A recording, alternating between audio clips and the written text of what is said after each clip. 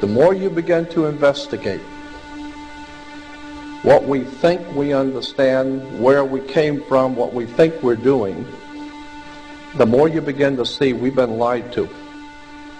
We've been lied to by every institution. What makes you think for 1 minute that the religious institution is the only one that's never been touched? The religious institutions of this world are at the bottom of the dirt. The religious institutions in this world are put there by the same people who gave you your government, your corrupt education, who set up your international banking cartels, because our masters don't give a damn about you or your family. All they care about is what they have always cared about, and that's controlling the whole damn world. We have been misled away from the true and divine presence in the universe that men have called God. I don't know what God is, but I know what he isn't.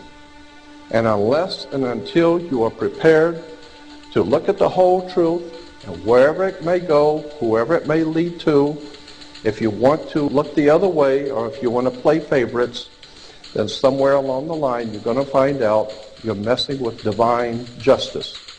The more you educate yourself, the more you understand where things come from, the more obvious things become, and you begin to see lies everywhere. You have to know the truth and seek the truth, and the truth will set you free.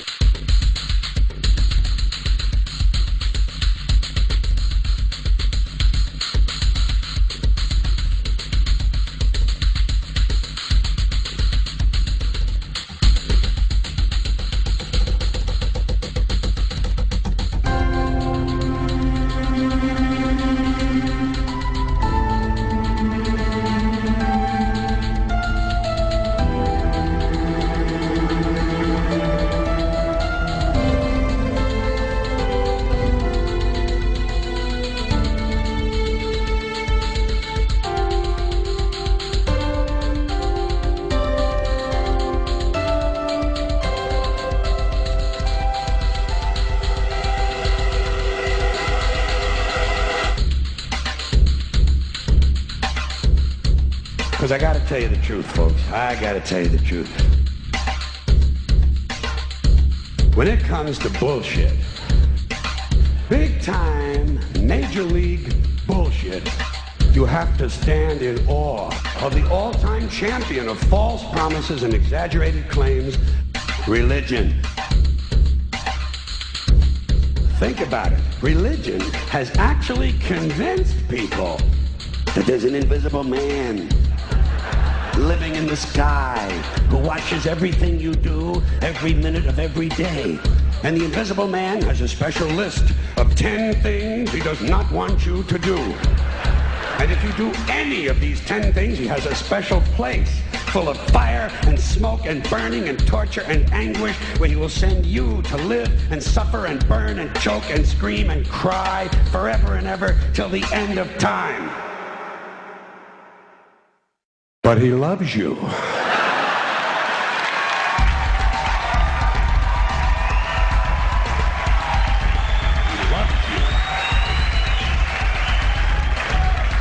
He loves you and he needs money. He always needs money. He's all powerful, all perfect, all knowing, and all wise. Somehow just can't handle money. Religion takes in billions of dollars, they pay no taxes, and they always need a little more. Now, you talk about a good bullshit story. Holy shit.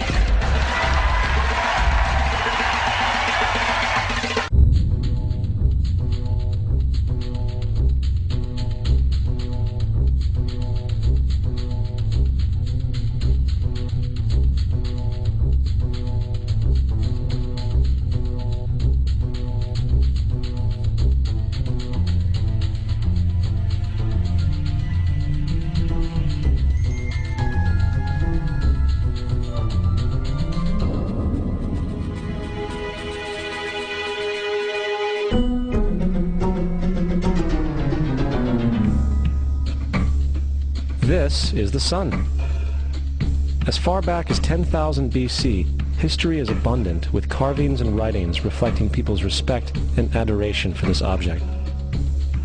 And it is simple to understand why, as every morning the sun would rise, bringing vision, warmth, and security, saving man from the cold, blind, predator-filled darkness of night. Without it, the cultures understood, the crops would not grow, and life on the planet would not survive. These realities made the sun the most adorned object of all time. Likewise, they were also very aware of the stars. The tracking of the stars allowed them to recognize and anticipate events which occurred over long periods of time, such as eclipses and full moons. They in turn cataloged celestial groups into what we know today as constellations. This is the cross of the zodiac, one of the oldest conceptual images in human history. It reflects the sun as it figuratively passes through the 12 major constellations over the course of a year. It also reflects the 12 months of the year, the 4 seasons, and the solstices and equinoxes. The term zodiac relates to the fact that constellations were anthropomorphized or personified as figures or animals. In other words, the early civilizations did not just follow the sun and stars, they personified them with elaborate myths involving their movements and relationships. The sun, with its life-giving and saving qualities, was personified as a representative of the unseen creator or God, God's Son, the light of the world, the savior of humankind. Likewise, the 12 constellations represented places of travel for God's Son, and were identified by names, usually representing elements of nature that happened during that period of time. For example, Aquarius, the water bearer, who brings the spring rains.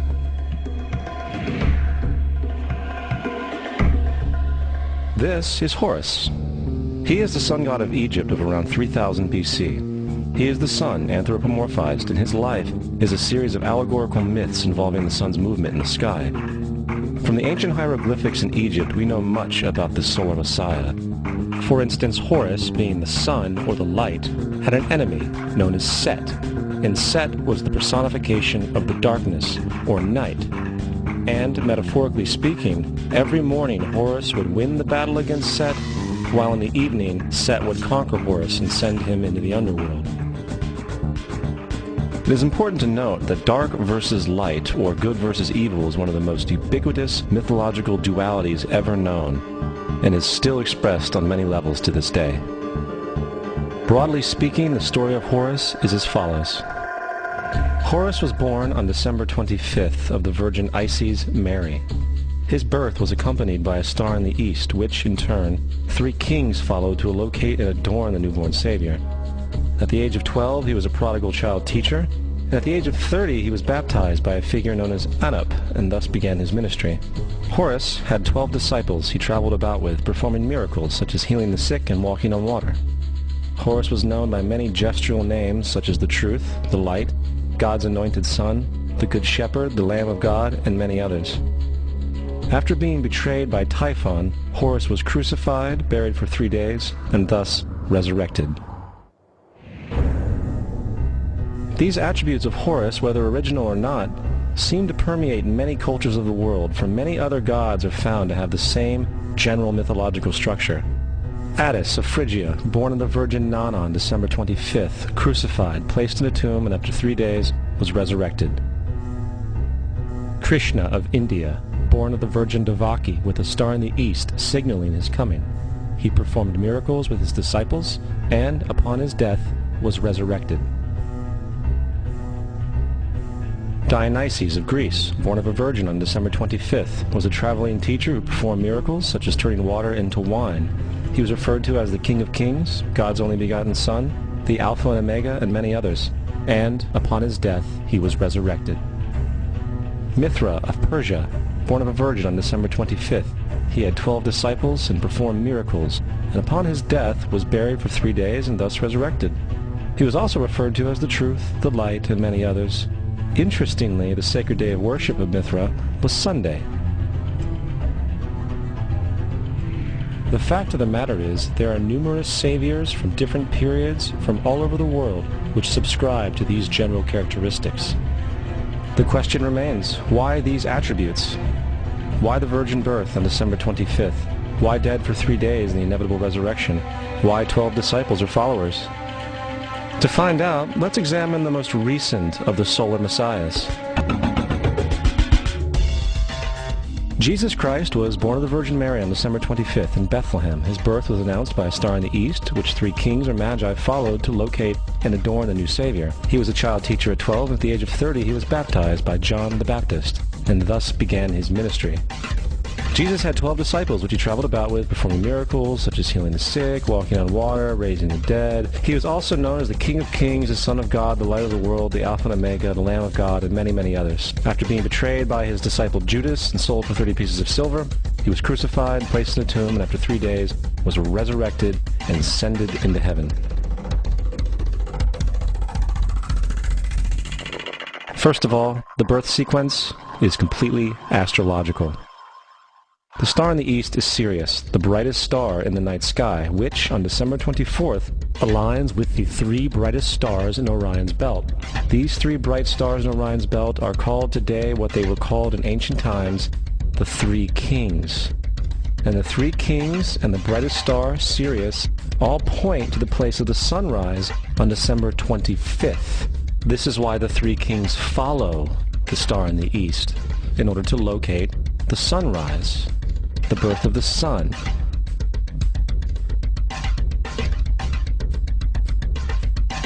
The Virgin Mary is the constellation Virgo, also known as Virgo the Virgin. Virgo in Latin means virgin.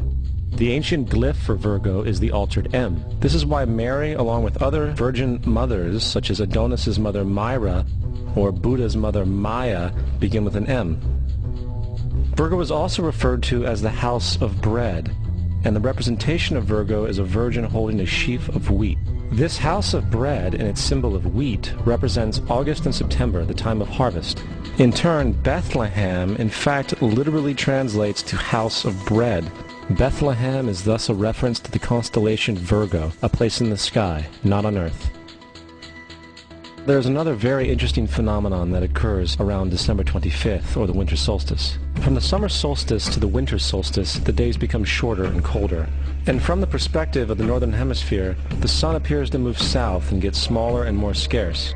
The shortening of the days and the expiration of the crops when approaching the winter solstice symbolize the process of death to the ancients. It was the death of the sun. And by December 22nd, the sun's demise was fully realized, for the sun, having moved south continually for 6 months, makes it to its lowest point in the sky. Here a curious thing occurs. The sun stops moving south, at least perceivably, for 3 days. And during this 3-day pause, the sun resides in the vicinity of the Southern Cross, or Crux, constellation. And after this time, on December 25th, the sun moves 1 degree, this time north, foreshadowing longer days, warmth, and spring. And thus it was said, the sun died on the cross, was dead for 3 days, only to be resurrected or born again. This is why Jesus and numerous other sun gods share the crucifixion, 3-day death, and resurrection concept. It is the sun's transition period before it shifts its direction back into the northern hemisphere, bringing spring and thus salvation. However, they did not celebrate the resurrection of the sun until the spring equinox, or Easter. This is because at the spring equinox the sun officially overpowers the evil darkness, as daytime thereafter becomes longer in duration than the night, and the revitalizing conditions of spring emerge. Now, probably the most obvious of all the astrological symbolism around Jesus regards the 12 disciples. They are simply the 12 constellations of the zodiac, which Jesus, being the sun, travels about with. In fact, the number 12 is replete throughout the Bible.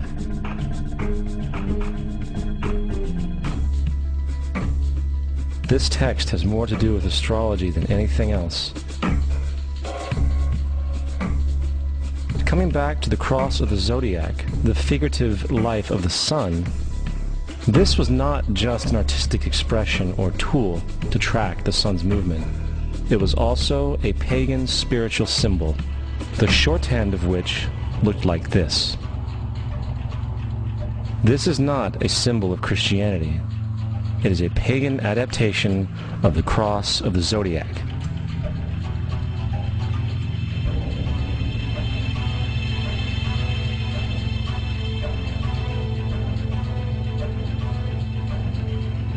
This is why Jesus in early occult art is always shown with his head on the cross, for Jesus is the Son of God, the light of the world, the risen Savior who will come again, as it does every morning, the glory of God who defends against the works of darkness, as he is born again every morning and can be seen coming in the clouds, up in heaven, with his crown of thorns or sun rays.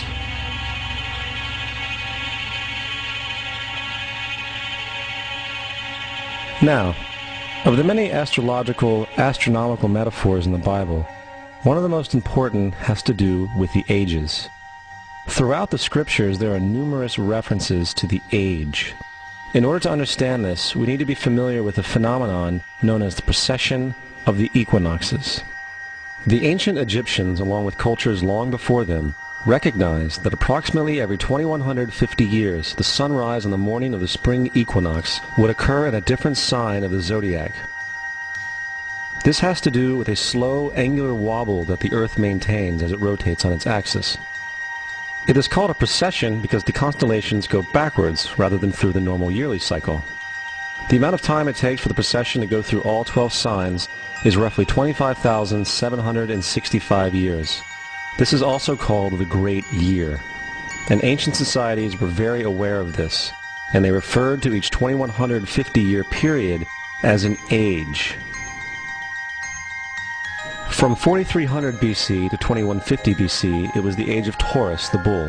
From 2150 BC to 1 AD, it was the age of Aries, the ram. And from 1 AD to 2150 AD, it is the age of Pisces, the age we are still in to this day. And in and around 2150, we will enter the new age, the age of Aquarius. Now, the Bible reflects, broadly speaking, a symbolic movement through 3 ages while foreshadowing a 4th. In the Old Testament, when Moses comes down Mount Sinai with the 10 Commandments, he is very upset to see his people worshiping a golden bull calf. In fact, he shattered the stone tablets and instructed his people to kill each other in order to purify themselves. Most biblical scholars will attribute this anger to the fact that the Israelites were worshiping a false idol or something to that effect. The reality is, the golden bull is Taurus the bull, and Moses represents the new age of Aries the ram. This is why Jews even today still blow the ram's horn. Moses represents the new age of Aries, and upon the new age, everyone must shed the old age. Other deities mark these transitions as well, such as Mithra, a pre-Christian god who kills the bull in the same symbology. Now Jesus is the figure who ushers in the age following Aries, the age of Pisces, or the 2 fish. Fish symbolism is very abundant in the New Testament. Jesus feeds 5,000 people with bread and 2 fish. When he begins his ministry walking along Galilee, he befriends 2 fishermen who follow him. And I think we have all seen the Jesus fish on the back of people's cars. Little do they know what it actually means. It is a pagan astrological symbolism for the sun's kingdom during the age of Pisces. Also, Jesus' assumed birth date is essentially the start of this age. At Luke 22:10, when Jesus is asked by his disciples where the next Passover will be after he is gone, Jesus replies, "Behold, when ye are entered into the city, there shall a man meet you, bearing a pitcher of water. Follow him into the house where he entereth in." This scripture is by far one of the most revealing of all the astrological references. The man bearing the pitcher of water is Aquarius, the water bearer, who is always pictured as a man pouring out a pitcher of water. He represents the age after Pisces, and when the sun, God's Son, leaves the age of Pisces, Jesus, it will go into the house of Aquarius, as Aquarius follows Pisces in the precession of the equinoxes. All Jesus is saying is that after the age of Pisces will come the age of Aquarius.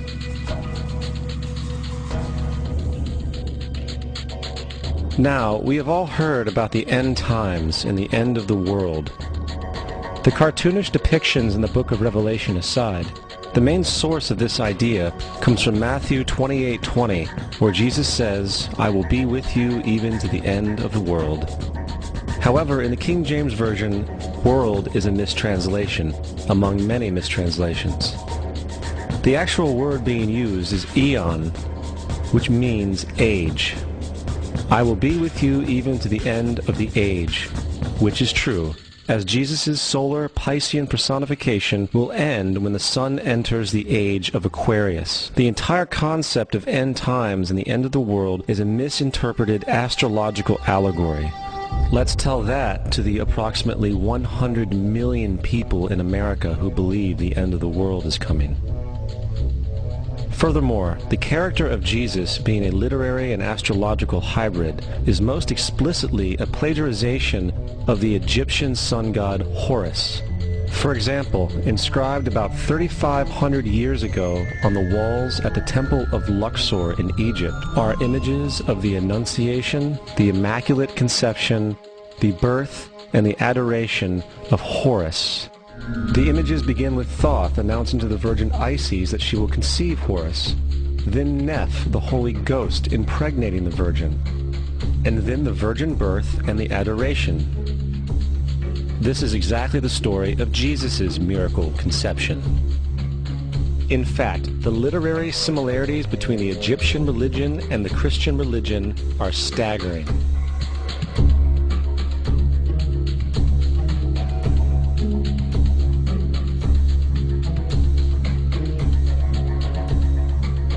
And the plagiarism is continuous. The story of Noah and Noah's Ark is taken directly from tradition. The concept of the Great Flood is ubiquitous throughout the ancient world, with over 200 cited claims in different periods and times. However, one need look no further for a pre-Christian source than the Epic of Gilgamesh, written in 2600 BC. This story talks of a great flood commanded by God, an ark with saved animals upon it, and even the release and return of a dove, all held in common with the biblical story among many other similarities. And then there is the plagiarized story of Moses. Upon Moses' birth, it is said that he was placed in a reed basket and set adrift in a river in order to avoid infanticide. He was later rescued by a daughter of royalty and raised by her as a prince. This baby in a basket story was lifted directly from the myth of Sargon of Akkad of around 2250 BC. Sargon was born, placed in a reed basket in order to avoid infanticide, and set adrift in a river. He was in turn rescued and raised by Aki, a royal midwife. Furthermore, Moses is known as the lawgiver, the giver of the Ten Commandments, the Mosaic Law. However, the idea of a law being passed from God to a prophet up on a mountain is also a very old motif. Moses is just another lawgiver in a long line of lawgivers in mythological history. In India, Manu was the great lawgiver. In Crete, Minos ascended Mount Dicta, where Zeus gave him the sacred laws, while in Egypt there was Meses, who carried stone tablets and upon them the laws of God were written. Manu, Minos, Meses, Moses. And as far as the Ten Commandments, they are taken outright from spell 125 in the Egyptian Book of the Dead. What the Book of the Dead phrased, "I have not stolen," became "Thou shalt not steal." "I have not killed," became "Thou shalt not kill." "I have not told lies," became "Thou shalt not bear false witness," and so forth. In fact, the Egyptian religion is likely the primary foundational basis for the Judeo-Christian theology. Baptism, afterlife, final judgment, virgin birth, death and resurrection, crucifixion, the Ark of the Covenant, circumcision, saviors, Holy Communion, Great Flood, Easter, Christmas, Passover, and many, many more are all attributes of Egyptian ideas long predating Christianity and Judaism. Justin Martyr, one of the first Christian historians and defenders, wrote, "When we say that he, Jesus Christ, our teacher, was produced without sexual union, was crucified and died and rose again, and ascended into heaven, we propound nothing different from what you believe regarding those who you esteem sons of Jupiter. In a different writing, Justin Martyr said, "He was born of a virgin, except this in common with what you believe of Perseus." It's obvious that Justin and other early Christians knew how similar Christianity was to the pagan religions. However, Justin had a solution. As far as he was concerned, the devil did it. The devil had the foresight to come before Christ and create his characteristics in the pagan world.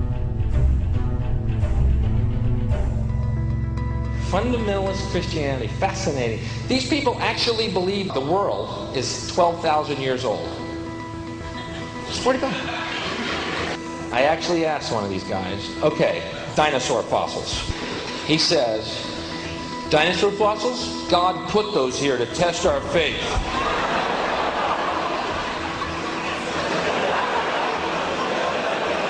I think God put you here to test my faith, dude.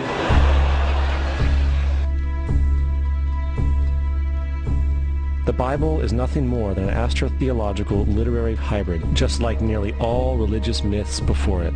In fact, the aspect of transference of one character's attributes to a new character can be found within the book itself. In the Old Testament, there is the story of Joseph. Joseph was a prototype for Jesus. Joseph was born of a miracle birth. Jesus was born of a miracle birth. Joseph was of 12 brothers. Jesus had 12 disciples. Joseph was sold for 20 pieces of silver. Jesus was sold for 30 pieces of silver. Brother Judah suggests the sale of Joseph. Disciple Judas suggests the sale of Jesus. Joseph began his work at the age of 30.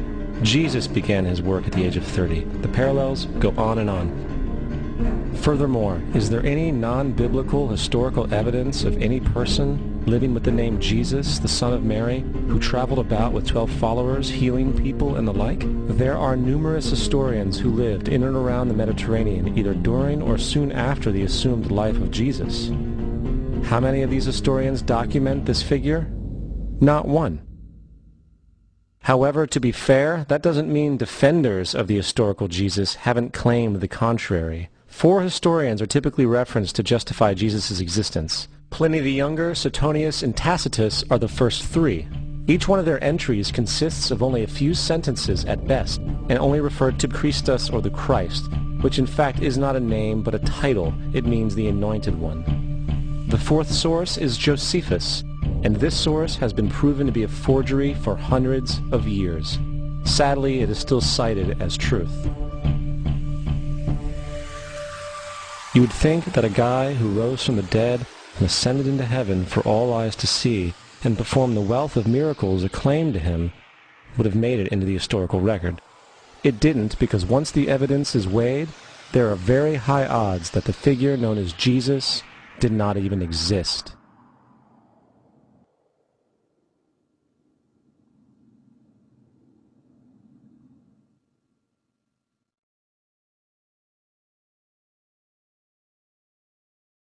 We don't want to be unkind, but we want to be factual. We don't want to cause hurt feelings, but we want to be academically correct in what we understand and know to be true.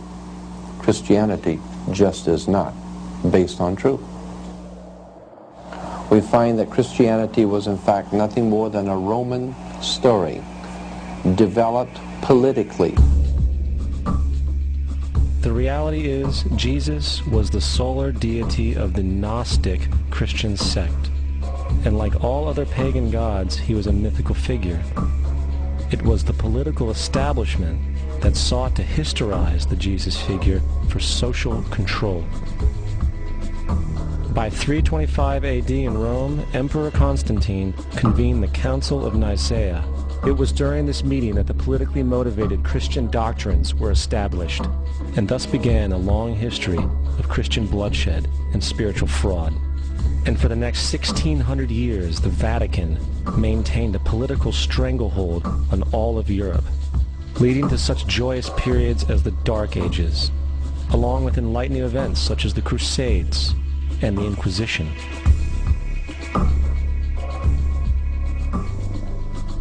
Christianity, along with all other theistic belief systems, is the fraud of the age. It serves to detach the species from the natural world, and likewise each other. It supports blind submission to authority. It reduces human responsibility to the effect that God controls everything, and in turn awful crimes can be justified in the name of a divine pursuit. And most importantly, it empowers those who know the truth, but use the myth to manipulate and control societies. The religious myth is the most powerful device ever created and serves as the psychological soil upon which other myths can flourish.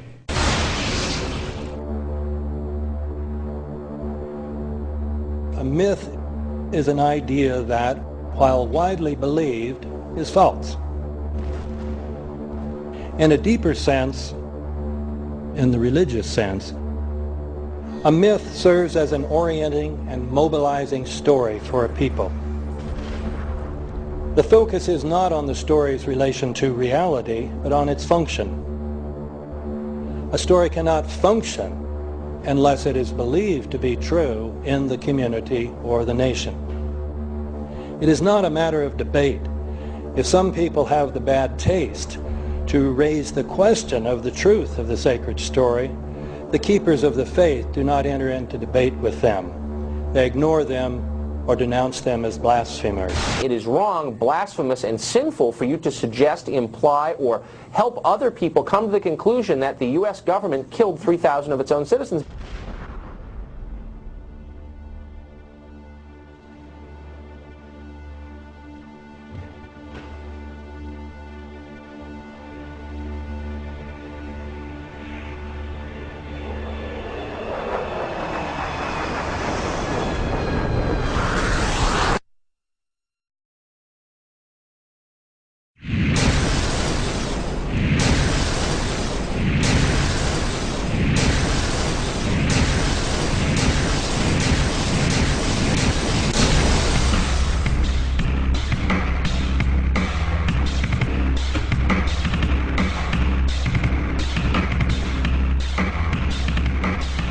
As if a demolition team set off when you see the old demolitions of these old buildings. It looks like one of those scenes of an old building being purposely dynamited and blown up. Anybody who's ever watched a building being demolished on purpose knows that if you're going to do this, you have to get at the under-infrastructure of a building and bring it down. The way the structure is collapsing, this was the result of something that was planned.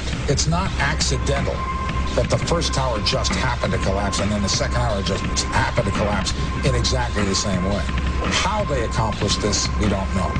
The building collapsed to dust. You don't find a desk. You don't find a chair. You don't find a telephone, a computer. The biggest piece of a telephone I found was half of the keypad, and it was about this big. What happened to the concrete? The concrete was pulverized from river to river. There was dust powder 2-3 inches thick. The concrete was just pulverized. Reminiscent of those pictures we've all seen too much on television before, when a building was deliberately destroyed by well-placed dynamite to knock it down. If it had detonated, they were planned to take down a building. I heard a second explosion. There was a heavy-duty explosion. Then there was some secondary explosions and then the subsequent collapses. An explosion blew and it knocked everybody over. To me, it sounded like an explosion. It sounded like gunfire. Bang, bang, bang, bang, bang. And then all of a sudden, 3 big explosions. We heard a big explosion coming down. And then the entire top of the building just blew up. We saw some kind of explosion. By the force of the explosions. Big explosion. Blew us back into the 8th floor. Then we get to the lobby. This is a big explosion. The lobby looked as though a bomb had exploded there. A huge explosion now raining debris. It's been a huge explosion. Huge explosion that we all heard and felt. We just witnessed some kind of follow-up explosion. We heard a very loud blast explosion. The secondary explosion at Tower 1 camp. That is another bomb going off. He thinks that there were actually devices that were planted in the building. Planted in the building.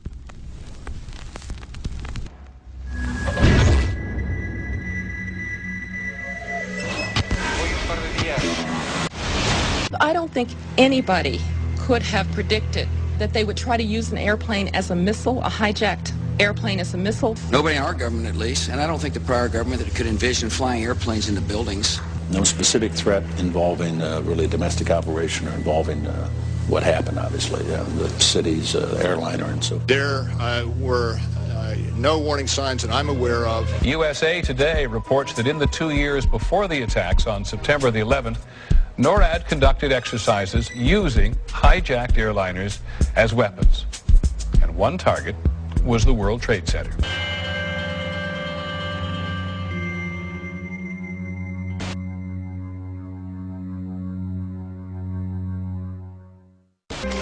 In confidential documents from the Philippines obtained by CNN, the plan was clear.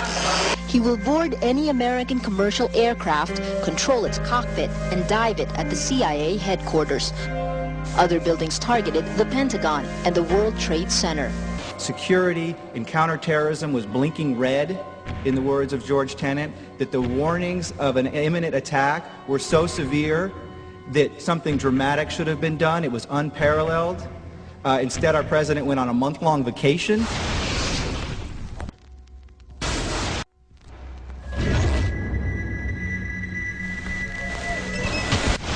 The head of Pakistani intelligence at the ISI, Mahmoud Ahmed, requested Omar Sheikh to wire $100,000 to Mohammed Atta, who was the lead hijacker. Hijacker Mohammed Atta received wire transfers via Pakistan. The man sending the money to Atta is believed to be Ahmed Umar Saeed Sheikh. Omar Sheikh admitted he was supported by the Pakistan government's intelligence service, the ISI.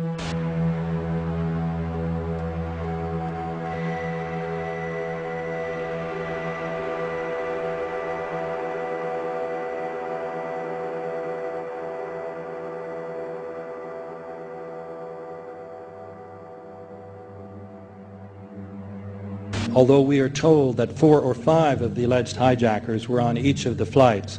If so, their names should have been on the flight manifests. But the flight manifests that have been released contain neither the names of the alleged hijackers nor any Arab names whatsoever. We know that the men who were supposedly the hijackers had their houses, cars, credit cards paid for by the U.S. government. They were in truth agents. Evidence was also apparently planted.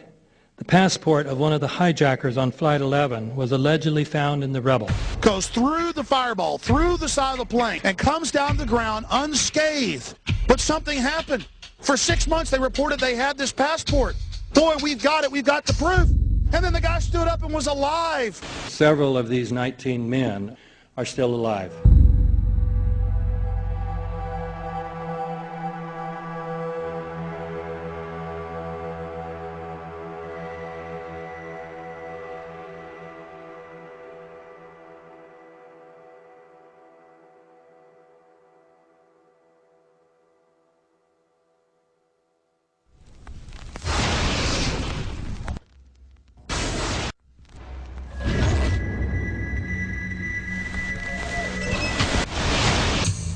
Of course we're after Saddam Hussein, bin Laden. He's...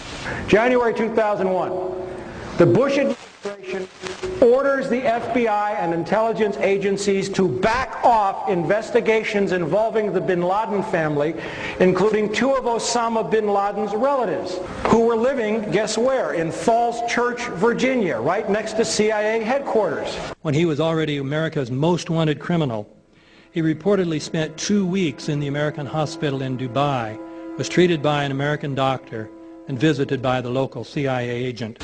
We have not seen one piece of evidence that links Osama bin Laden directly to the planning stages of September 11th. This failure to provide proof was later said to be unnecessary because bin Laden, in a video allegedly found in Afghanistan, admitted responsibility for the attacks. This confession is now widely cited as proof. But the man in this video has darker skin, fuller cheeks, and a broader nose than the Osama bin Laden of all other videos. We again seem to have planted evidence. In 1976, Osama's older brother Salim bin Laden hired a man in Texas by the name of Jim Bath to handle all the investments in the United States for the bin Laden family. Jim Bath also happens to be a personal, almost lifelong friend and former Air National Guard pilot with George W. Bush. The connections between the Bushes and the bin Ladens become much more clear when George Herbert Walker Bush made trips to Saudi Arabia in 1998 and 2000 to meet with the bin Laden family on behalf of a company called the Carlyle Group.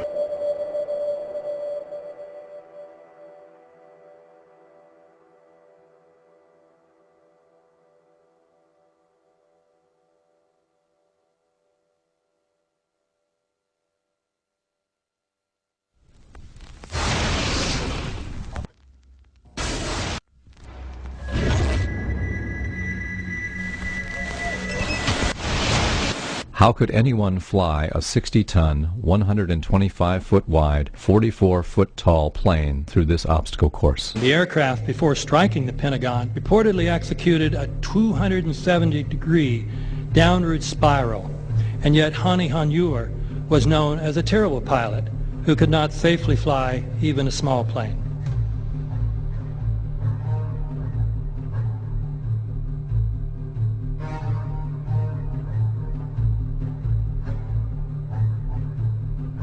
No seats, no luggage, no bodies.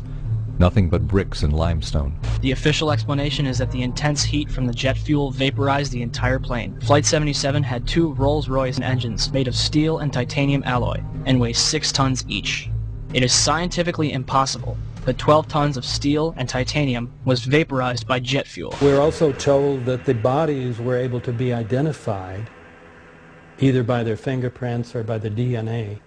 So what kind of fire can vaporize aluminum and tempered steel and yet leave human bodies intact? From my close-up inspection, there's no evidence of a plane having crashed anywhere near the Pentagon. And as I said, the only pieces left that you can see are small enough that you could pick up in your hand. Shortly after the strike, government agents picked up debris and carried it off. The entire lawn was covered with dirt and gravel, so that any remaining forensic evidence was literally covered up. The videos from security cameras, which would show what really hit the Pentagon, were immediately confiscated by agents of the FBI, and the Department of Justice has to this day refused to release them. If these videos would prove that the Pentagon was really hit by a 757, most of us would assume the government would release them.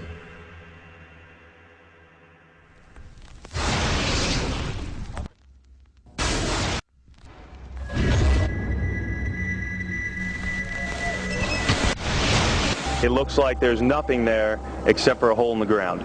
Basically, that's right. The only thing you could see from where we were was a big gouge in the earth and some broken trees. We could see some people walking around in the area, but from where we could see, there wasn't much left. Any large pieces of debris at all? No, there was nothing that you could distinguish that a plane had crashed there.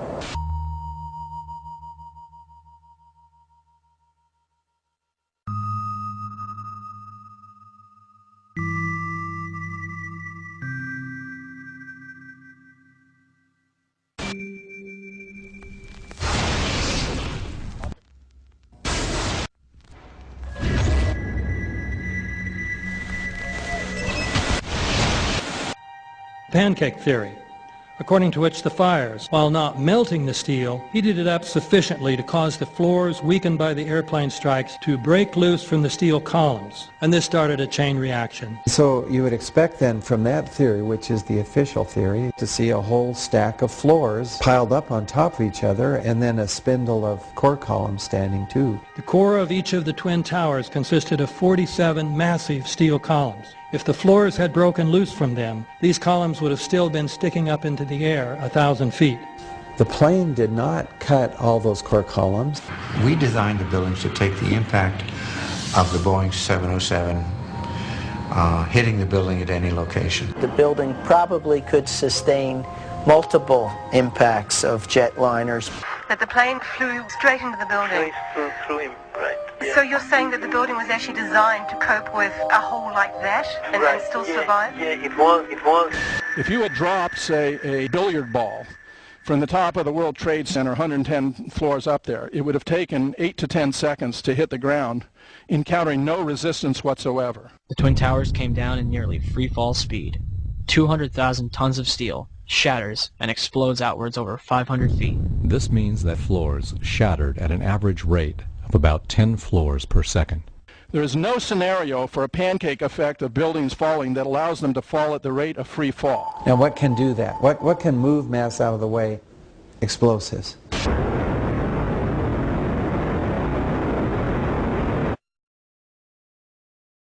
"47 huge steel columns going up the core. They're interconnected.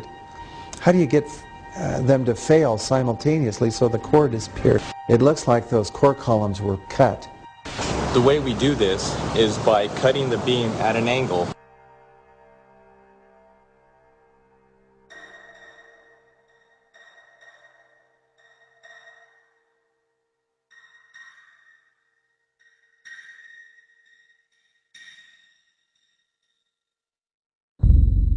I started looking at the molten metal.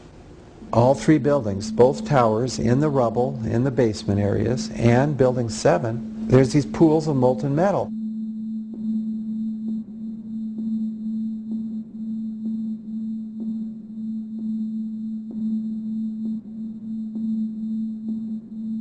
You'd get down below and you'd see molten steel running down the channel rails, like you're in a foundry.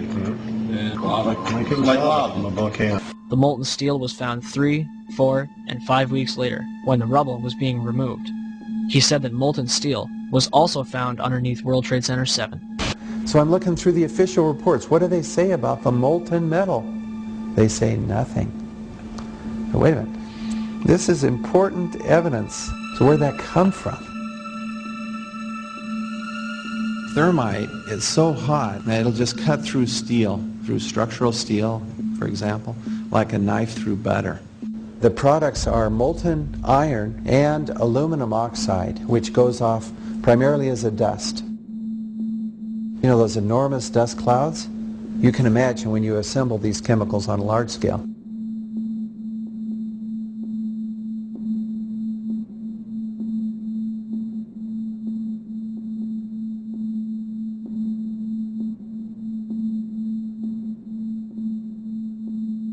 Molten metal pools under both towers after they collapsed, and Building 7. Now, Building 7 wasn't even hit by a jet. Part of the problem is that most people simply don't know much about Building 7 due to the extraordinary secrecy surrounding this collapse. And this was a 47-story skyscraper. This building fell at 5:25. It was not hit by a plane. This building had fires on only 2 or 3 floors. And it was brought down by what we know was a controlled demolition. Demolitions, they look just like that. You know, a kink in the middle, and then that building just comes straight down, almost at free fall speed. They first blow one of the central columns so the building falls in on itself. Building 7 had a classic crimp or wedge. Its central column was blown out first, so it didn't structurally damage buildings just a few feet away from it.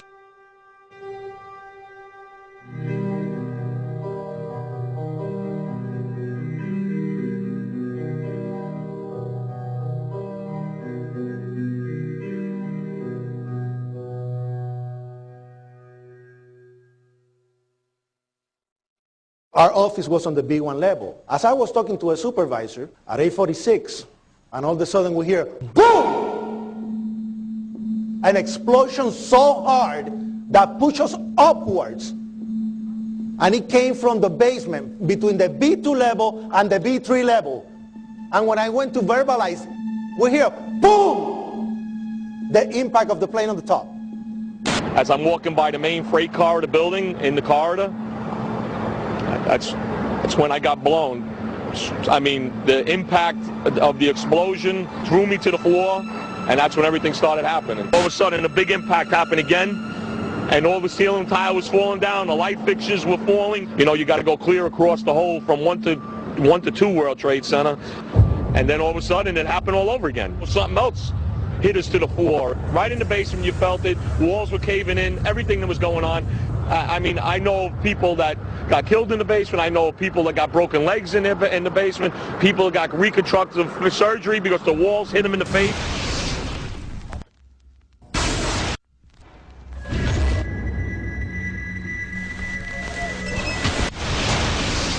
According to standard operating procedure, if an FAA flight controller notices anything that suggests a possible hijacking, the controller is to contact a superior. If the problem cannot be fixed within about a minute, the superior is to ask NORAD, the North American Aerospace Command, to send up or scramble jet fighters to find out what is going on. NORAD then issues a scramble order to the nearest Air Force base with fighters on alert. But although interceptions usually occur within 10 or so minutes, in this case, 80 or so minutes had elapsed before fighters were even airborne. It's a mind-bending anomaly. Not a single U.S. Air Force interceptor turns a wheel until it's too late. There are no jets at all. What if they were so confused and had been so deliberately confused that they couldn't respond? The reason that they didn't know where to go was because a number of conflicting and overlapping war game exercises were taking place. It involved the insertion of false radar blips onto radar screens in the Northeast Air Defense Sector. Center Team U, we have a problem here. We have a hijacked aircraft headed towards New York. We need someone to scramble some F-16s or something up there to help us out. Is this real world or exercise? Is this real world or exercise? There was another exercise, Vigilant Warrior, which was in fact, according to a NORAD source, a live-fly hijack drill being conducted at the same time. With only 8 available fighter aircraft, and they have to be dispatched in pairs, they were dealing with as many as 22 possible hijacks on the day of 9/11, and they couldn't separate the war game exercises from the actual hijacks.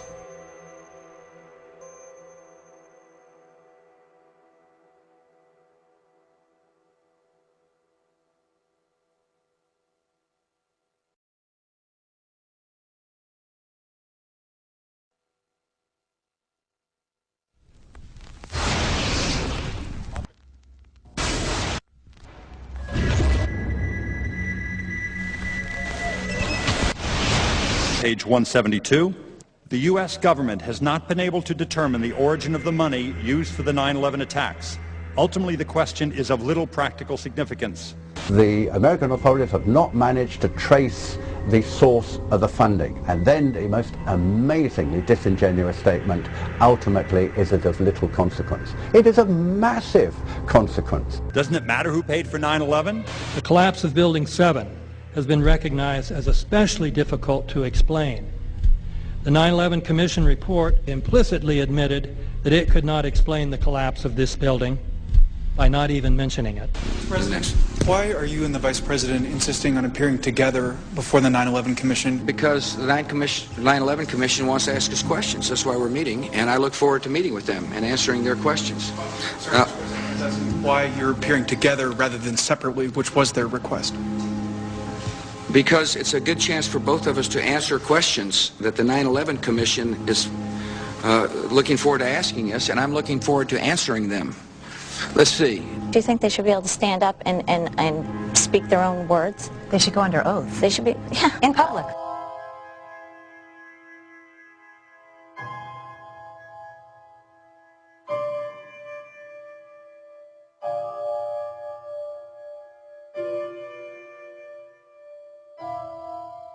Don't you think that the families deserve to have a transcript or to be able to see what you Adam, said? you asked me that question yesterday.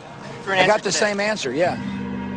The final report was a unanimous report. That means that if there was a single commissioner who had any objection about anything, that fact would be dropped from the report.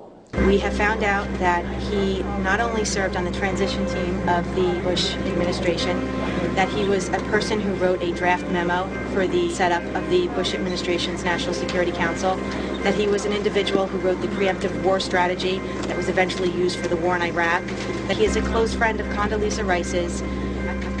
We want him to resign.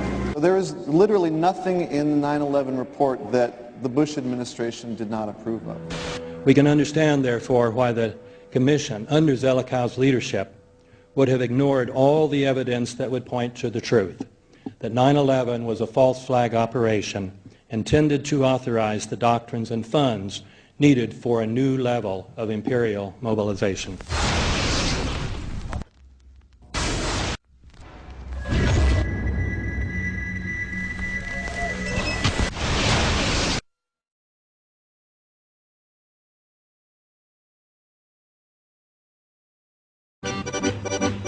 armed with knives, armed with chemical, biological, nuclear weapons. Fanatics, terrorists, September 11th. September 11th, killers, September 11th, terrorists. Terrorists of Al-Qaeda, terrorists, nuclear weapons, terrorists. 9/11, terror, terrorist, evil. September 11th, September 11th. The terrorists, war and danger. September 11th, terrorism, global terrorism, terrorism, terrorists. Terrorists, terrorists, terrorists, terrorists, the terrorists. Terrorists, terrorists, terrorism. September 11th, global terrorism, terrorists. Terrorism. September 11th, world terrorism, terrorism. September 11th, global terrorism. September the 11th, terror. Weapons of mass destruction. September the 11th, terrorists. The evil terrorists, no.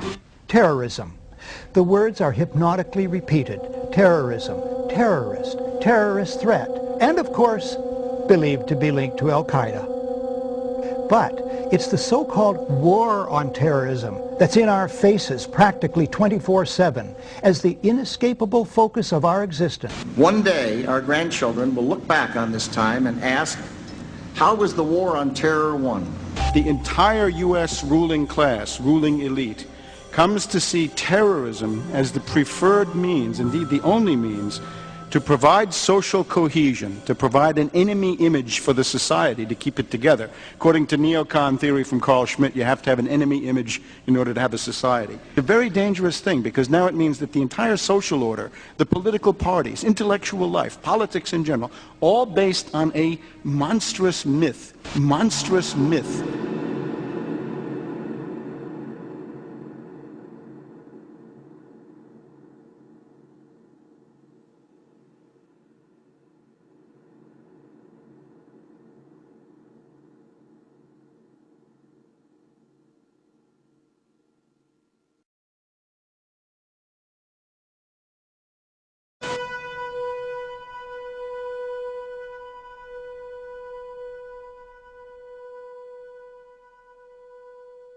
Look, the CIA has done in this country, what they've done to us is unbelievable. Look at the terrorist acts that have occurred. The CIA behind most, if not all of them. We had the Marine barracks. We had our embassy in Kenya. We had Pan Am 103. We had the USS Cole. We had Oklahoma City. We had the World Trade Center in 1993. That helped the terrorists blow up the World Trade Center the first time. They built the bomb. They got the driver's license.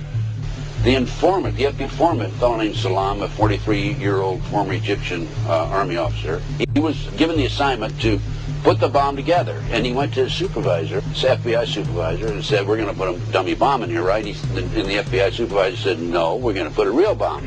The FBI actually carried out the attack on the World Trade Center in 1993. They actually hired Ahmad Salam and paid him $1 million and gave him real explosives, a detonator, and told him to build a bomb and to give it to the foolish people that he was controlling to allow them to attack the World Trade Center complex.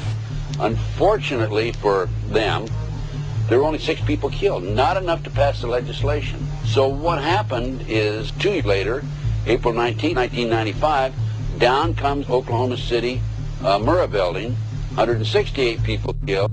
1 year later, the anti-terrorism legislation that takes away many of our constitutional rights and civil liberties is passed.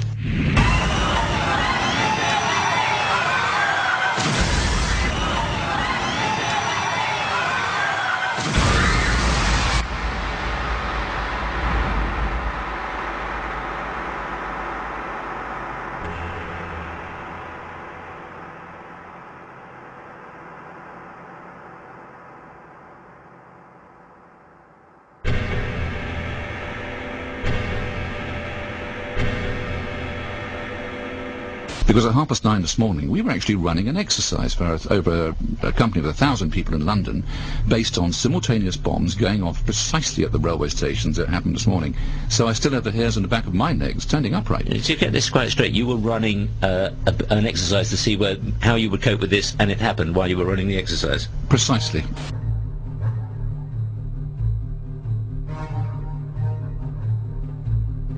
Supposed to believe is some kind of coincidence, there was also an anti-terrorist drill going on 7/7. And again, just like 9/11, they were talking about attacks on the same targets, the same kind of tube stations, and exactly the same time as the actual attack happened, providing some kind of cover for what must be operations orchestrated in some way by the state.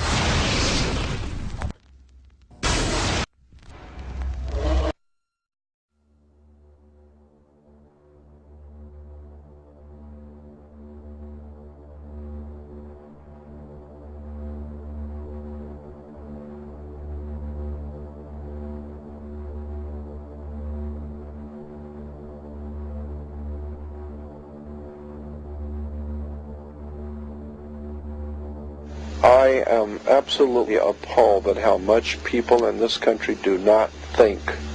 We are given to understand that, that an Arabic guy out there up in the mountains financed the most elaborate attack on this country. Do you think some people in a cave, were able to have NORAD stand down? Do you think that people in a cave were able to have all of this happen? And when I think about how many Americans were killed in New York City, and believing as I do that this thing was a setup job, this is a textbook operation that Nazis used, and they've used it over and over again. America has been suckered in one more time. I don't have to tell you things are bad. Everybody knows things are bad. The dollar buys a nickel's worth. Banks are going bust. Shopkeepers keep a gun under the counter. Punks are running wild in the street, and there's nobody anywhere who seems to know what to do, and there's no end to it. We know the air is unfit to breathe, and our food is unfit to eat. We sit watching our TVs while some local newscaster tells us that today we had 15 homicides and 63 violent crimes, as if that's the way it's supposed to be. We know things are bad, worse than bad. They're crazy. It's like everything everywhere is going crazy, so we don't go out anymore. We sit in the house, and slowly the world we're living in is getting smaller, and all we say is, please, at least leave us alone in our living rooms. Let me have my toaster and my TV and my steel-belted radios, and I won't say anything. Just leave us alone. Well, I'm not going to leave you alone. I want you to get mad. I don't want you to protest. I don't want you to riot. I don't want you to write to your congressmen because I wouldn't know what to tell you to write. I don't know what to do about the depression and the inflation and the Russians and the crime in the street. All I know is that first, you've got to get mad. You've got to say, I'm a human being. God damn it. My life has value.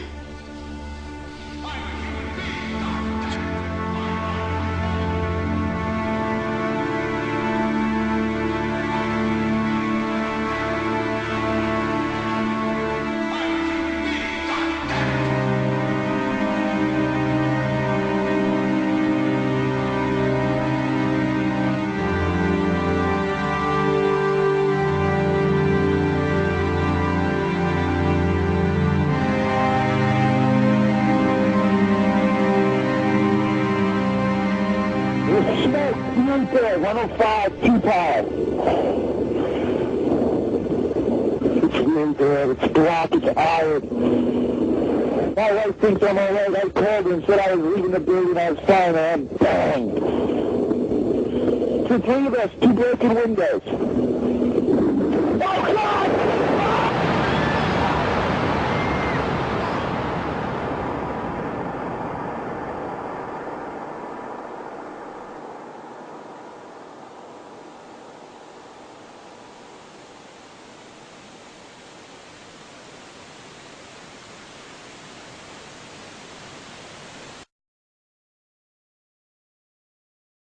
Ladies and gentlemen, the very word secrecy is repugnant in a free and open society, and we are, as a people, inherently and historically opposed to secret societies, to secret oaths, and to secret proceedings. For we are opposed around the world by a monolithic and ruthless conspiracy that relies primarily on covert means for expanding its sphere of influence, on infiltration instead of invasion, on subversion instead of elections, on intimidation instead of free choice. It is a system which has conscripted vast human and material resources into the building of a tightly knit, highly efficient machine that combines military, diplomatic, intelligence, economic, scientific, and political operations. Its preparations are concealed, not published. Its mistakes are buried, not headlined. Its dissenters are silenced, not praised. No expenditure is questioned, no secret is revealed. That is why the Athenian lawmaker Solon decreed it a crime for any citizen to shrink from controversy. I am asking your help in the tremendous task of informing and alerting the American people, confident that with your help, man will be what he was born to be, free and independent.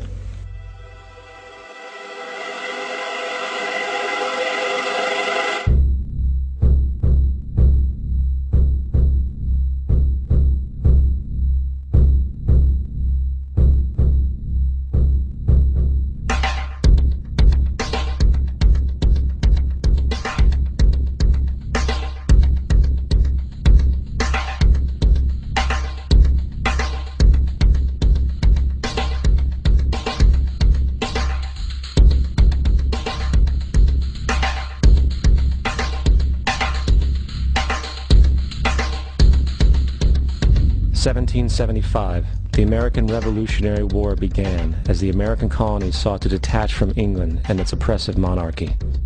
Though many reasons are cited for the revolution, one in particular sticks out as the prime cause, that King George III of England outlawed the interest-free, independent currency the colonies were producing and using for themselves, in turn forcing them to borrow money from the Central Bank of England at interest, immediately putting the colonies into debt. And, as Benjamin Franklin later wrote, the refusal of King George III to allow the colonies to operate an honest money system which freed the ordinary man from the clutches of the money manipulators was probably the prime cause of the revolution. In 1783, America won its independence from England. However, its battle against the central bank concept and the corrupt, greed-filled men associated with it had just begun. So what is a central bank? A central bank is an institution that produces the currency of an entire nation. Based on historical precedent, two specific powers are inherent in central banking practice: the control of interest rates and the control of the money supply, or inflation. The central bank does not simply supply a government's economy with money, it loans it to them at interest. Then, through the use of increasing and decreasing the supply of money, the central bank regulates the value of the currency being issued. It is critical to understand that the entire structure of this system can only produce one thing in the long run: debt. It doesn't take a lot of ingenuity to figure this scam out. For every single dollar produced by the central bank is loaned at interest. That means every single dollar produced is actually the dollar plus a certain percent of debt based on that dollar. And since the central bank has the monopoly over the production of the currency for the entire country, and they loan each dollar out with immediate debt attached to it, where does the money to pay for the debt come from? It can only come from the central bank again, which means the central bank has to perpetually increase its money supply to temporarily cover the outstanding debt created, which in turn, since that new money is loaned out at interest as well, creates even more debt. The end result of this system without fail is slavery, for it is impossible for the government and thus the public to ever come out of the self-generating debt. The founding fathers of this country were well aware of this.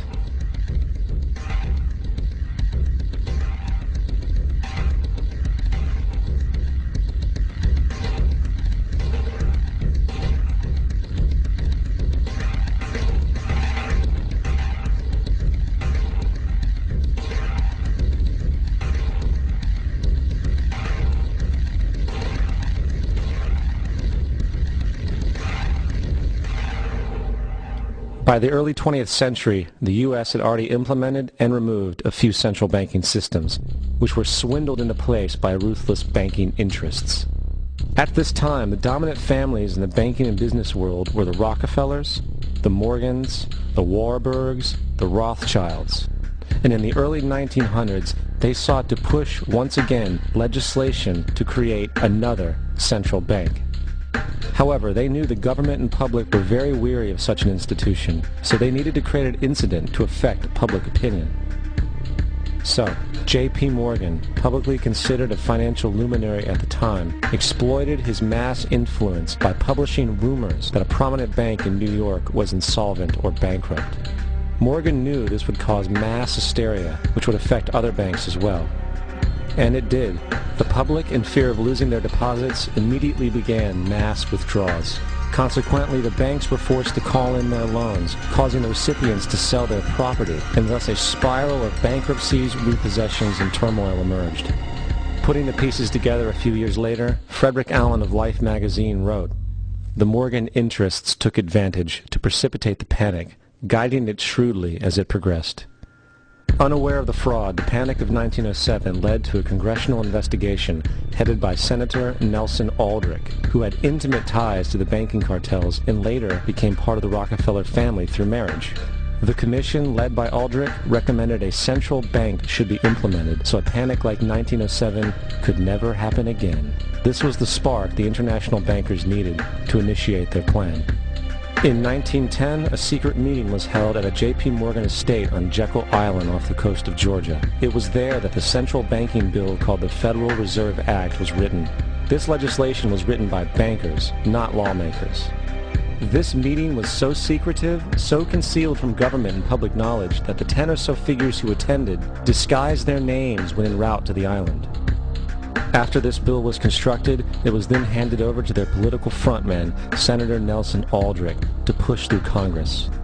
And in 1913, with heavy political sponsorship by the bankers, Woodrow Wilson became president, having already agreed to sign the Federal Reserve Act in exchange for campaign support. And 2 days before Christmas, when most of Congress was at home with their families, the Federal Reserve Act was voted in, and Wilson in turn made it law.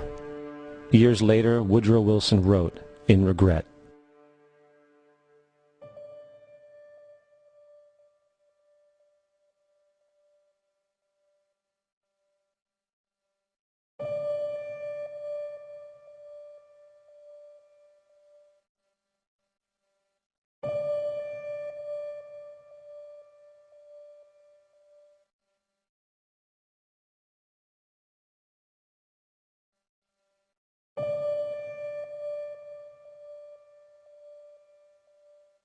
Congressman Louis McFadden also expressed the truth after the passage of the bill. A world banking system was being set up here, a superstate controlled by international bankers, acting together to enslave the world for their own pleasure. The Fed has usurped the government. Now, the public was told that the Federal Reserve System was an economic stabilizer, and inflation and economic crises were a thing of the past. Well, as history has shown, nothing is further from the truth. The fact is, the international bankers now had a streamlined machine to expand their personal ambitions. For example, from 1914 to 1919, the Fed increased the money supply by nearly 100%, resulting in extensive loans to small banks and the public. Then, in 1920, the Fed called in mass percentages of the outstanding money supply, thus resulting in the supporting banks having to call in huge numbers of loans, and, just like 1907, bank runs, bankruptcy, and collapse occurred. Over 5,400 competitive banks outside of the Federal Reserve System collapsed, further consolidating the monopoly of a small group of international bankers. Privy to this crime, Congressman Lindbergh stepped up and said in 1921, "Under the Federal Reserve Act, panics are scientifically created. The present panic is the first scientifically created one, worked out as we figure a mathematical equation." However, the Panic of 1920 was just a warm-up. From 1921 to 1929, the Fed again increased the money supply, resulting once again in extensive loans to the public and banks. There was also a fairly new type of loan called a margin loan in the stock market. Very simply, the margin loan allowed an investor to put down only 10% of a stock's price, with the other 90% being loaned through the broker. In other words, a person could own $1,000 worth of stock with only $100 down. This method was very popular in the roaring 1920s, as everyone seemed to be making money in the market. However, there was a catch to this loan. It could be called in at any time and had to be paid within 24 hours. This is termed a margin call, and the typical result of a margin call is the selling of the stock purchased with the loan. So, a few months before October in 1929, J.D. Rockefeller, Bernard Baruch, and other insiders quietly exited the market. And on October 24th, 1929, the New York financiers who furnished the margin loans started calling them in masse. This sparked an instantaneous, massive sell-off in the market, for everyone had to cover the margin loans. It then triggered mass bank runs for the same reason, in turn collapsing over 16,000 banks, enabling the conspiring international bankers to not only buy up rival banks at a discount, but to also buy up whole corporations at pennies on the dollar. It was the greatest robbery in American history. But that didn't stop there. Rather than expanding the money supply in order to recover from this economic collapse, the Fed actually contracted it, fueling one of the largest depressions in history. Once again outraged, Congressman Louis McFadden, a longtime opponent of the banking cartels, began bringing impeachment proceedings against the Federal Reserve Board, saying of the crash and depression, it was a carefully contrived occurrence. International bankers sought to bring about a condition of despair so that they might emerge the rulers of us all.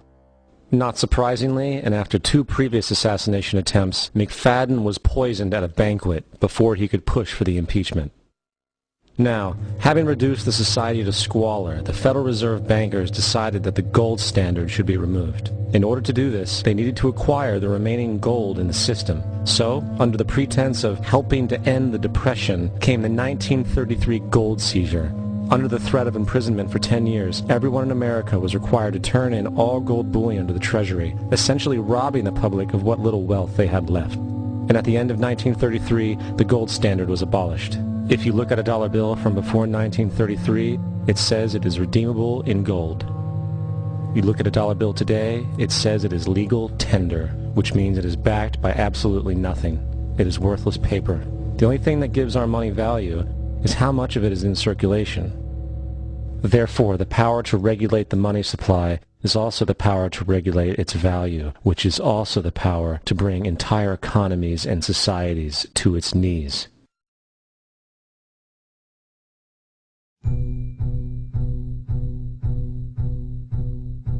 It's important to clearly understand, the Federal Reserve is a private corporation. It is about as Federal as Federal Express. It makes its own policies and is under virtually no regulation by the U.S. government. It is a private bank that loans all the currency at interest to the government, completely consistent with the fraudulent central banking model that the country sought to escape from when it declared independence in the American Revolutionary War. Now, going back to 1913, the Federal Reserve Act was not the only unconstitutional bill pushed through Congress. They also pushed the federal income tax. It's worthwhile to point out that the American public's ignorance towards the federal income tax is a testament to how dumbed down and oblivious the American population really is.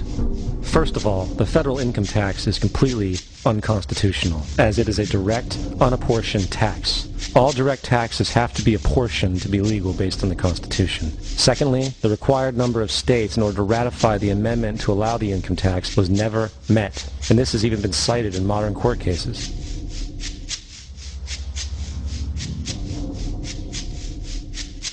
Third, at the present day, roughly 35% of the average worker's income is taken from them via this tax. That means you work 4 months out of the year to fulfill this tax obligation. And guess where that money goes?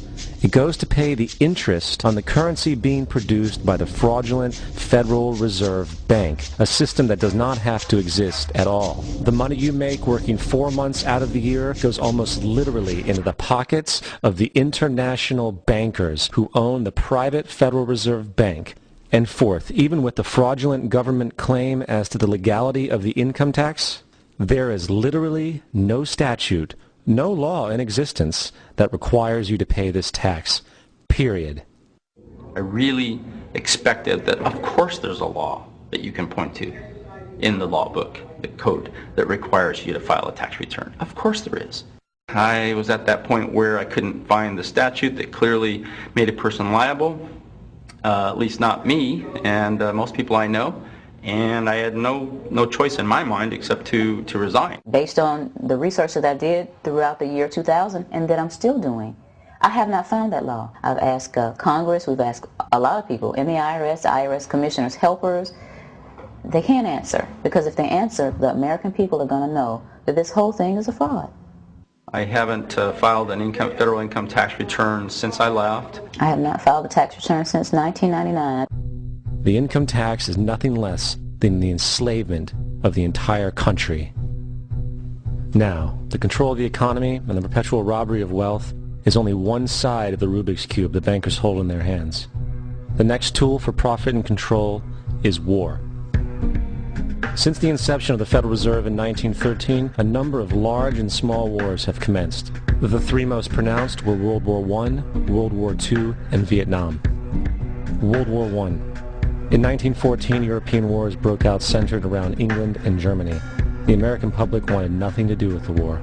In turn, President Woodrow Wilson publicly declared neutrality. However, under the surface, the U.S. administration was looking for any excuse it could find to enter it. In a noted observation by Secretary of State William Jennings, the large banking interests were deeply interested in the World War because of the wide opportunities for large profits. It's important to understand that the most lucrative thing that can happen for the international bankers is war, for it forces the country to borrow even more money from the Federal Reserve Bank at interest. Woodrow Wilson's top advisor and mentor was Colonel Edward House, a man with intimate connections with the international bankers who wanted in the war. In a documented conversation between Colonel House, Wilson's advisor, and Sir Edward Grey, the Foreign Secretary of England, regarding how to get America into the war, Grey inquired, "What will Americans do if Germans sink an ocean liner with American passengers on board?" House responded, "I believe that a flame of indignation would sweep the United States, and that by itself would be sufficient to carry us into war." So, on May 7, 1915, on essentially the suggestion of Sir Edward Grey, a ship called the Lusitania was deliberately sent into German-controlled waters where German military vessels were known to be. And, as expected, German U-boats torpedoed the ship, exploding stored ammunition, killing 1,200 people. To further understand the deliberate nature of this setup, the German embassy actually put advertisements in the New York Times telling people that if they boarded the Lusitania, they did so at their own risk, as such a ship sailing from America to England through the war zone would be liable to destruction. In turn, and as anticipated, the sinking of the Lusitania caused a wave of anger among the American population, and America entered the war a short time after. The First World War caused 323,000 American deaths. J.D. Rockefeller made $200 million off of it. Not to mention the war cost about $30 billion for America, most of which was borrowed from the Federal Reserve Bank at interest, furthering the profits of the international bankers. World War II. On December 7, 1941, Japan attacked the American fleet at Pearl Harbor, triggering our entry into that war. President Franklin D. Roosevelt declared the attack was a day that will live in infamy.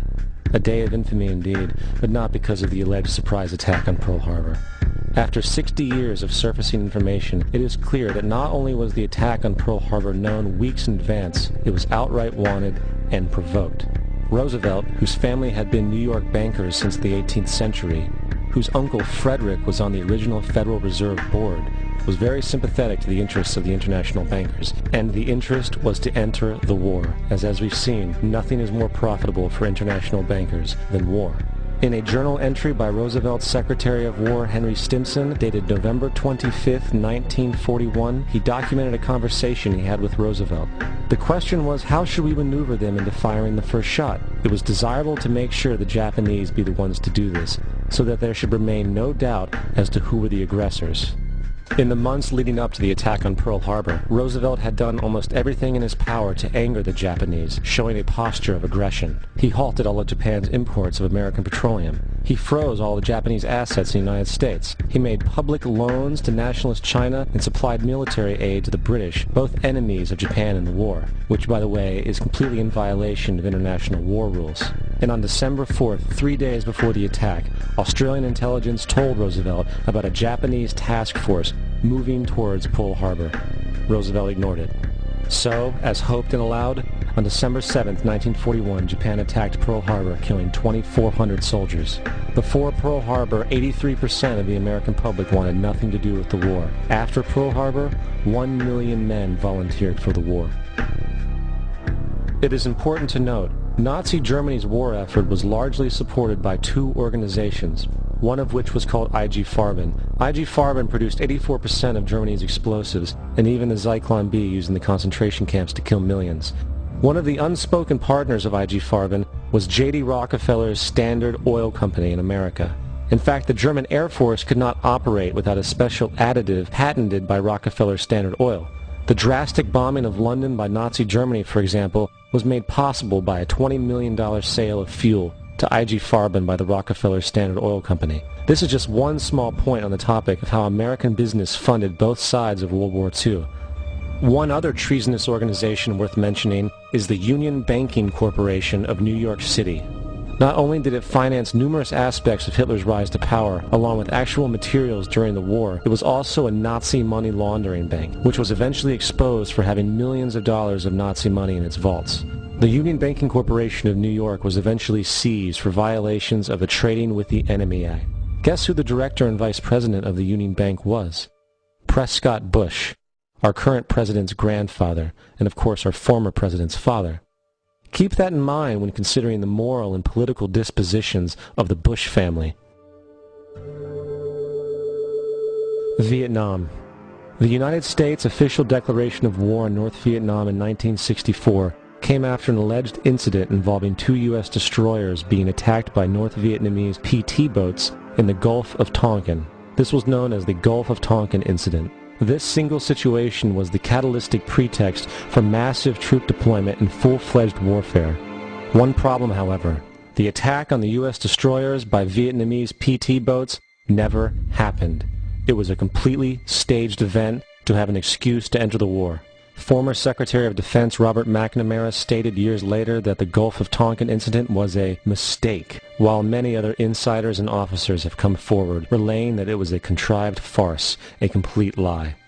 Once in the war, it was business as usual. In October 1966, President Lyndon Johnson lifted trading restrictions on the Soviet bloc, knowing full well that the Soviets were providing upwards of 80% of North Vietnam's war supplies.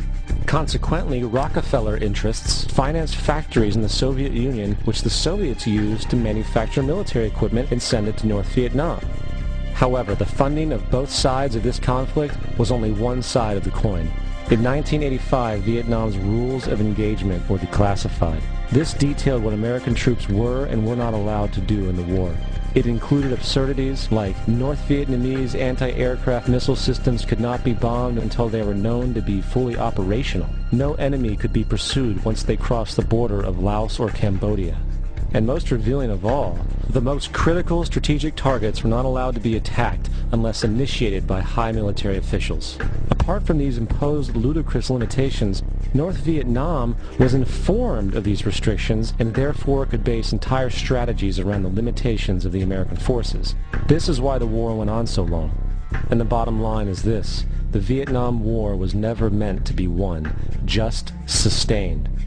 This war for profit resulted in 58,000 American deaths and 3 million dead Vietnamese. So, where are we now? September 11th was the jumpstart for what is now an accelerated agenda by the ruthless elite. It was a staged war pretext no different than the sinking of the Lusitania, the provoking of Pearl Harbor, and the Gulf of Tonkin lie. In fact, if 9/11 wasn't a planned war pretext, it would be an exception to the rule. It has been used to launch 2 unprovoked illegal wars, one against Iraq and one against Afghanistan. However, 9/11 was a pretext for another war as well, the war against you.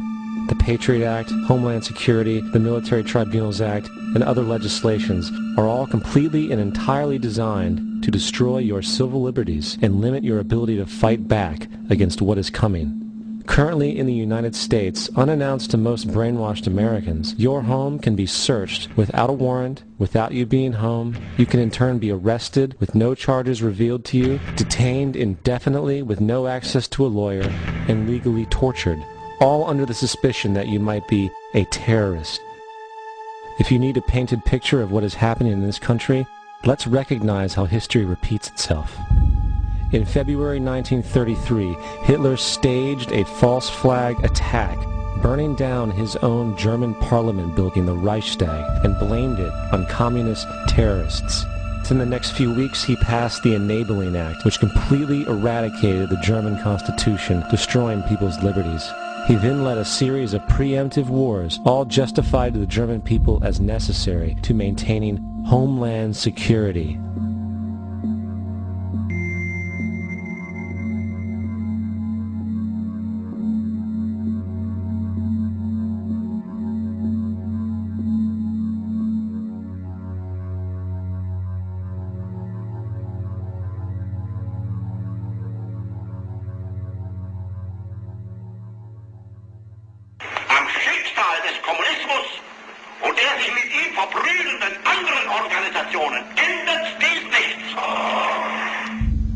Our enemy is a radical network of terrorists and every government that supports them. It's time to wake up. The people in power go out of their way to make sure that you are perpetually misled and manipulated. The majority's perception of reality, especially in the political arena, is not their own. It is shrewdly imposed upon them without them even knowing it. For example, the public at large actually believes the invasion of Iraq is going badly, as sectarian violence doesn't seem to stop. What the public fails to see is that the destabilization of Iraq is exactly what the people behind the government want. This war is to be sustained so the region can be divided up, domination of the oil maintained, continual profits reaped for the defense contractors, and most importantly, permanent military bases established to be used as a launching pad against other oil-bearing, non-conforming countries such as Iran and Syria. For further implication that the civil war and destabilization is purely intentional, in 2005, 2 elite British SAS officers were arrested by Iraqi police after being caught driving around in their car shooting at civilians while dressed up as Arabs.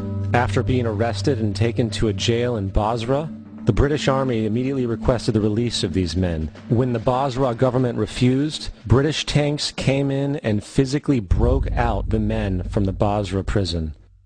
If you wish to destroy an area, how do you do it? Well, there are 2 ways. You can go in there and bomb it and so forth, but that is not very efficient. What you do is you try to get the people in that area to kill each other and to destroy their own territory, their own farms, and that's what's been done in that area. The way in which you destroy an opponent is get him to destroy himself by dividing his ranks against one another. Then you feed both sides. You have agents feeding both sides, inflaming both sides, and they kill each other off. And it's time that some of us woke up to this reality to understand that people who try to maintain empires and create empires do it by manipulating the people they're trying to conquer. You might want to ask yourself why the entire culture is utterly saturated with mass media entertainment from all sides, while the educational system in America continues its stupefying downward slide since the U.S. government decided to take over and subsidize the public school system. What your government pays for, it gets. When we understand that, then we look at government-financed institutions of education and see the kind of students and the kind of education that's being turned out by these government-financed schools. Logic will tell you that if what is being turned out in those schools was not in accord with what the state and the federal government wanted, then it would change it. The bottom line is that the government is getting what they have ordered. They do not want your children to be educated. They do not want you to think too much. That is why our country and our world has become so proliferated with entertainments, mass media, television shows, amusement parks, drugs, alcohol, and every kind of entertainment to keep the human mind entertained, so that you don't get in the way of important people by doing too much thinking. You had better wake up and understand that there are people who are guiding your life and you don't even know it. We're in a lot of trouble because you people and 62 million other Americans are listening to me right now, because less than 3% of you people read books. Because less than 15% of you read newspapers. Because the only truth you know is what you get over this tube. Right now, there is a whole, an entire generation that never knew anything that didn't come out of this tube. This tube is the gospel, the ultimate revelation. This tube can make or break presidents, popes, prime ministers. This tube is the most awesome goddamn force in the whole godless world. And woe is us if it all falls into the hands of the wrong people. And when the largest company in the world controls the most awesome goddamn propaganda force in the whole godless world, who knows what shit will be peddled for truth on this network. So you listen to me. Listen to me. Television is not the truth. Television is a goddamn amusement park. Television is a circus, a carnival, a traveling troupe of acrobats, storytellers, dancers, singers, jugglers, sideshow freaks, lion tamers, and football players. We're in the boredom-killing business.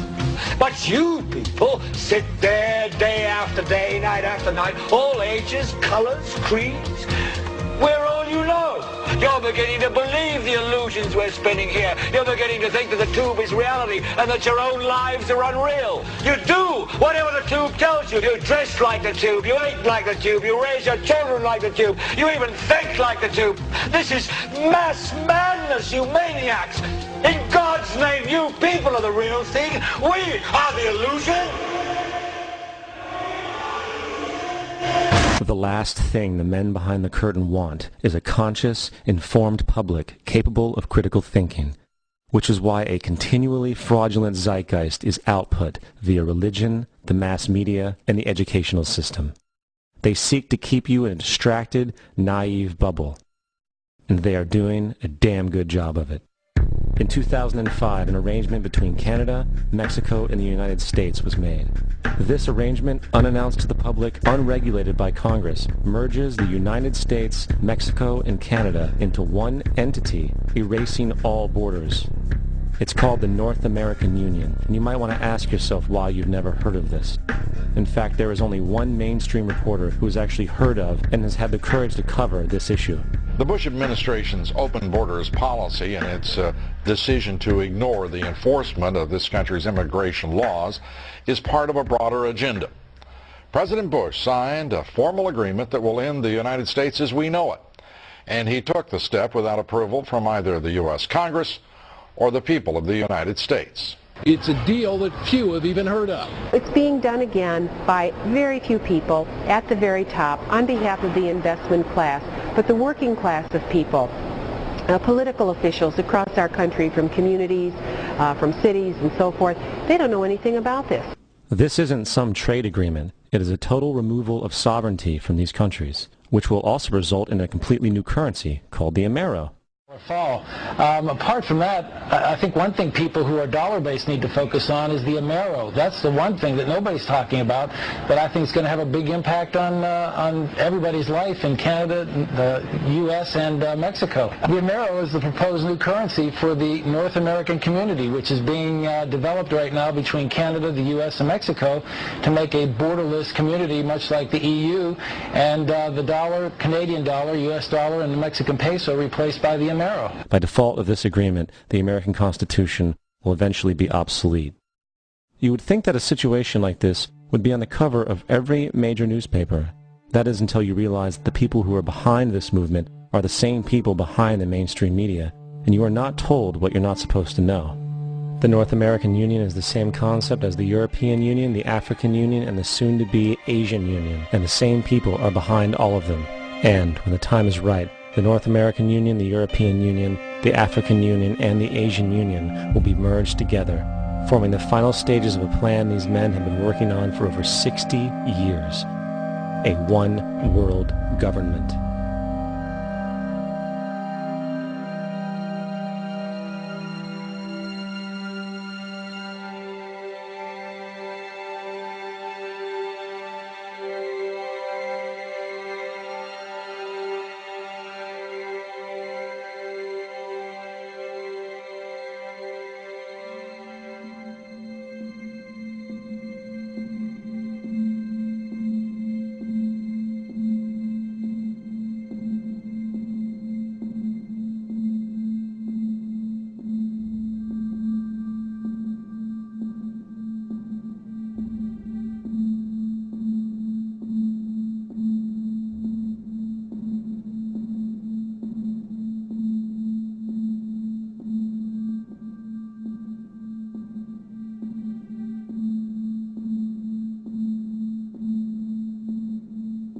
One bank, one army, one center of power. And if we have learned anything from history, it is that power corrupts, and absolute power corrupts absolutely. This is Aaron Russo, a filmmaker and former politician. To his left is Nicholas Rockefeller of the infamous Rockefeller banking and business dynasty. After maintaining a close friendship with Nicholas Rockefeller, Aaron eventually ended the relationship, appalled by what he had learned about the Rockefellers and their ambitions. I got a call one day from an attorney woman I knew, and she said, would you like to meet one of the Rockefellers? I said, sure, I'd love to. And we became friends, and he began to divulge a lot of things to me. So he said to me one night, he said that there's going to be an event there, and out of that event, you're going to see, we're going to go into Afghanistan, so we can run pipelines from the Caspian Sea. We're going to go into Iraq to take the oil and establish a base in the Middle East, and we're going to go into Venezuela and try and get rid of Chavez. And the first two they've accomplished. Chavez they didn't accomplish. And he said you're going to see guys going into caves looking for looking for people that they're never going to find. You know, he was laughing about the fact that you have this war on terror. There's no real enemy. He's talking about how by having this war on terror, you can never win it because so it's an eternal war. And so you can always keep taking people's liberties away. And I said, how are you going to convince people that this war is real? He said, but the media can convince everybody it's real. I mean, you know, it's just that you keep talking about things, you keep saying it over and over and over again, and eventually people believe it. You know, you created the Federal Reserve in 1913 through lies. You create 9/11, which is another lie. Through 9/11, then you're fighting a war on terror, and now all of a sudden you go into Iraq, which was another lie, and now they're going to do Iran. You know, and it's all one thing leading to another, leading to another, leading to another. Now, I would say to them, what are you doing this for? What's the point of this thing? You have all the money in the world you ever want. You have all the power. I said, you know, you're hurting people. It's not a good thing. And he would say, what do you care about the people for? Take care of yourself and you take care of your family. And then I said to him, what are the ultimate goals here? He said, the ultimate goal is to get everybody in this world chipped with the RFID chip, and have all money be on those chips and everything on those chips. And if anybody wants to protest what we do or violate what we want, we just turn off their chip. That's right, microchipped. In 2005, Congress, under the pretense of immigration control and the so-called war on terrorism, passed the REAL ID Act, under which it is projected by May 2008, you will be required to carry around a federal identification card, which includes on it a scannable barcode with your personal information. However, this barcode is only an intermediary step before the card is equipped with a VeriChip RFID tracking module, which will use radio frequencies to track your every move on the planet.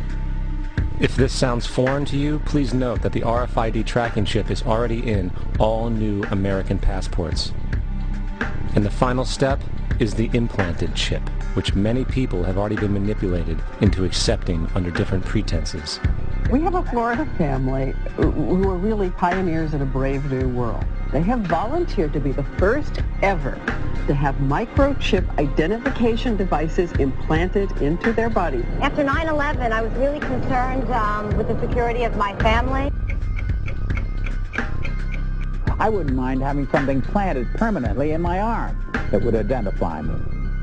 In the end, everybody will be locked into a monitored control grid where every single action you perform is documented. And if you get out of line, they can just turn off your chip, for at that point in time, every single aspect of society will revolve around interactions with the chips. This is the picture that is painted for the future if you open your eyes to see it. A centralized one-world economy where everyone's moves and everyone's transactions are tracked and monitored, all rights removed. The most incredible aspect of all. These totalitarian elements will not be forced upon the people. The people will demand them. For the social manipulation of society through the generation of fear and division has completely detached humans from their sense of power and reality. A process which has been going on for centuries, if not millennia. Religion, patriotism, race, wealth, class, and every other form of arbitrary, separatist identification and thus conceit has served to create a controlled population, utterly malleable in the hands of the few. Divide and conquer is the motto. And as long as people continue to see themselves as separate from everything else, they lend themselves to being completely enslaved. The men behind the curtain know this, and they also know that if people ever realize the truth of their relationship to nature and the truth of their personal power, the entire manufactured zeitgeist they prey upon will collapse like a house of cards.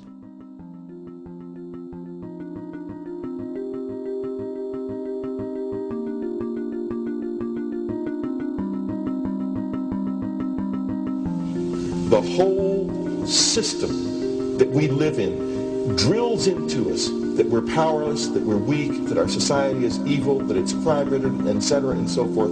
It's all a big fat lie. We are powerful, beautiful, extraordinary.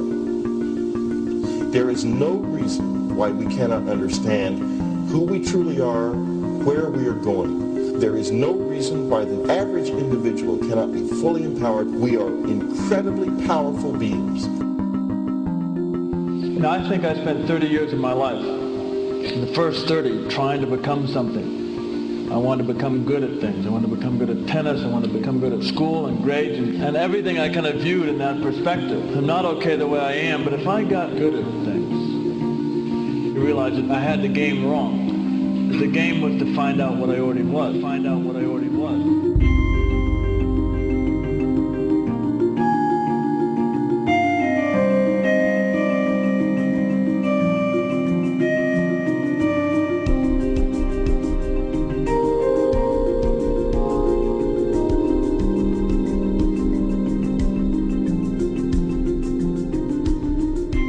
Now, in our culture, we've been trained for individual differences to stand out. So you look at each person, immediately it is brighter, dumber, older, younger, richer, poorer, and we make all these dimensional distinctions, put them in categories and treat them that way. And we get so that we only see others as separate from ourselves in the ways in which they're separate. And one of the dramatic characteristics of experience is being with another person and suddenly seeing the ways in which they are like you, not different from you, and experiencing the fact that that which is essence in you and which is essence in me is indeed one.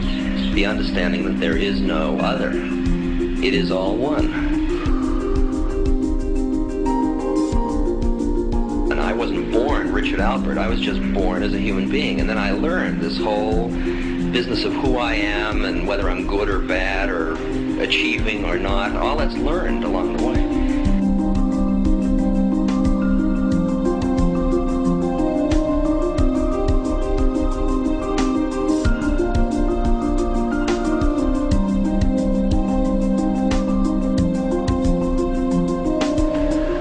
The old appeals to racial, sexual, and religious chauvinism, to rabid nationalist fervor, are beginning not to work. A new consciousness is developing which sees the earth as a single organism and recognizes that an organism at war with itself is doomed.